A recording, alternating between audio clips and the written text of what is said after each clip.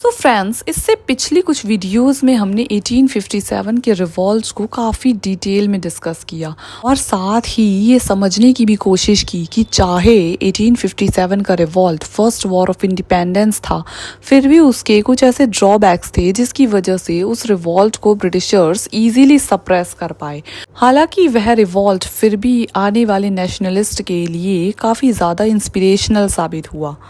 अब हम इस वीडियो में डिस्कस करेंगे कि किस तरीके से आने वाले दिनों में बहुत सारे नेशनलिस्ट उभरे और किस तरीके से इस आज़ादी की लड़ाई को कंटिन्यू रखा गया। हालांकि जब ब्रिटिशर्स के खिलाफ 1857 का रिवॉल्ट चल रहा था तो उस दौरान 18th-19th सेंचुरी में बहुत सारे सोशियो रिलीजियस मूवमेंट्स भी हुए थे जिनका एकमात्र उद्देश्य था पूरे ही सोसाइटी को चेंज करना पॉजिटिविटी के लिए। लेकिन उन मूवमेंट्स को अभी हम बीच में डिस्कस नहीं करेंगे क्योंकि फिर उसकी वजह से कंटिन्यूएशन खराब होगा।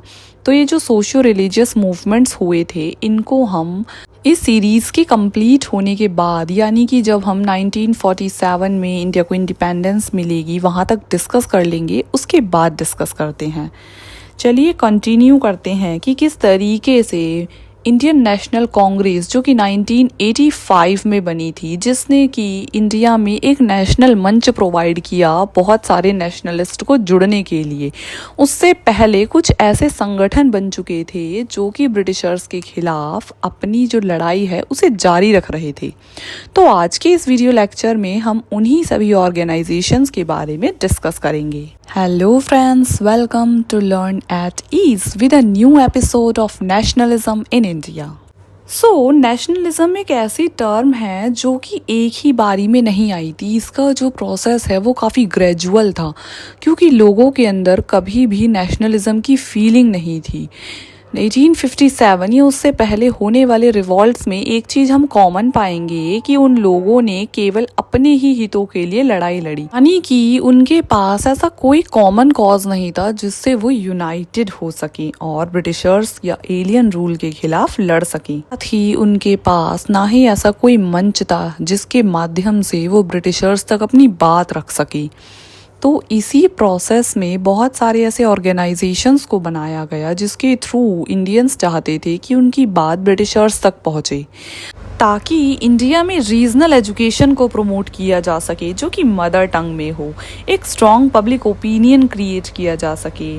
और साथ ही कुछ ऐसे इंटेलिजेंसिया थे, यानी कि बहुत ही पढ़े लिखे वर्ग के लोग जो एक रिफॉर्म को लाना चाहते थे।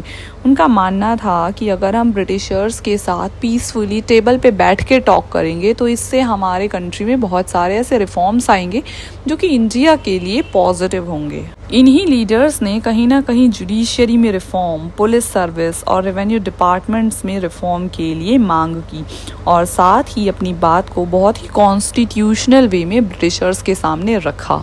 इन ऑर्गेनाइजेशंस का उद्देश्य था सभी लोगों को एक साथ जोड़कर और उनकी जो भी बातें हैं वो ब्रिटिशर्स तक पहुंचाना, जिसमें हम सबसे पहला ऑर्गेनाइजेशन का नाम सुनते हैं बंग भाषा प्रकाशिका सभा, जो कि 1836 में राजा राम मोहन रॉय द्वारा बनाई गई थी।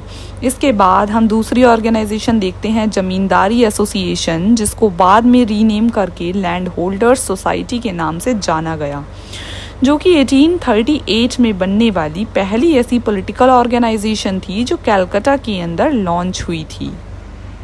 नेक्स्ट हम देखते हैं बंगाल ब्रिटिश इंडियन सोसाइटी, जो कि 1843 में बनकर सामने आई थी।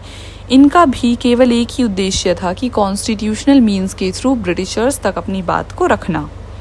कुछ ऐसी ऑर्गेनाइजेशन हम बॉम्बे में भी देखते हैं, जैसे पुणे सार्वजनिक सभा, जो कि 1867 में महादेव गोविंद रानाडे ने और उनके कुछ सहयोगियों ने साथ मिलकर बनाई थी।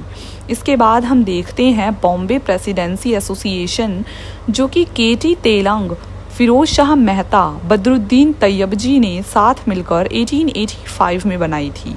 नेक्स्ट है मद्रास नेटिव एसोसिएशन, जिसे बाद में मद्रास महाजन सभा के नाम से भी जाना गया, जो कि 1852 में गजुलू लक्ष्मीना सारू चेती द्वारा बनाई गई थी।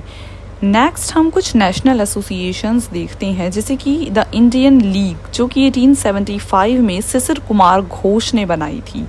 इसके बाद हम नाम सुनते हैं इंडियन एसोसिएशन ऑफ कैलकाटा का, जिसे बाद में इंडियन नेशनल एसोसिएशन और इंडियन एसोसिएशन के नाम से भी जाना गया, जिसे सुरेंद्र नाथ बैनर्जी और आनंद मोहन बोस दोनों ने मिलकर 1876 में बनाया था।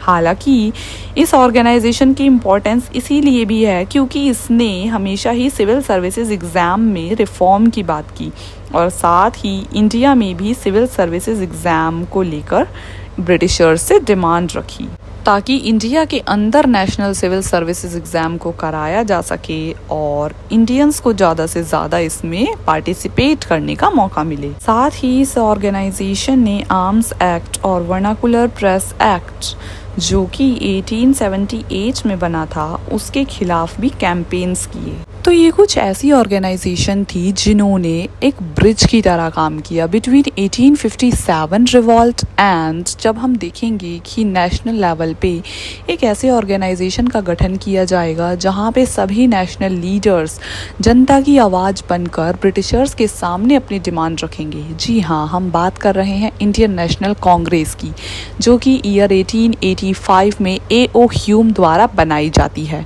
सो इंडियन नेशनल कांग्रेस के बारे में और भी ज़्यादा जानने के लिए आपको नेक्स्ट वीडियो तक थोड़ा सा इंतज़ार करना पड़ेगा। तो आज के वीडियो में केवल इतना ही।